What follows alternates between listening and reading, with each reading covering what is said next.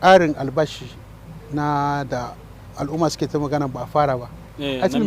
minimum wage da ake ta magana to tunda mai girma gwamnati furta ce zai yi maybe shi yana da nashi tsarin ya furta ce yawa ya ce maybe shi mai girma gwamnati yana da nashi tsarin da yake so ya aiwatar mai girma gwamnati bai taɓa cewa zai abu ba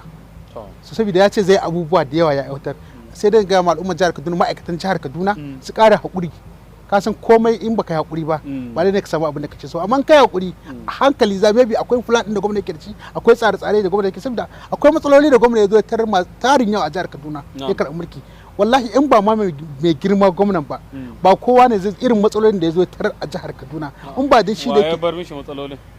ai shi ne na gaya maka ya zo ta da tsohon gwamnati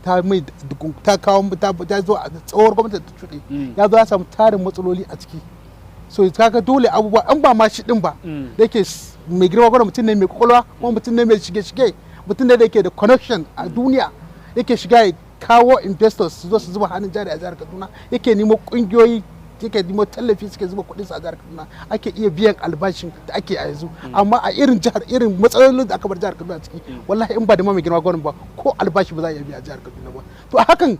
ake wannan ayyukan fa daga ake a jihar Kaduna haka ake wayannan hanyoyin da ake duk ƙananan hukumomi ake yi haka ga ake gyaran makarantu haka a cikin matsalar da aka bar gwamnatin jihar Kaduna a ciki haka ake gyaran makarantu haka ake inganta tsaro a jihar Kaduna haka ake biyan albashi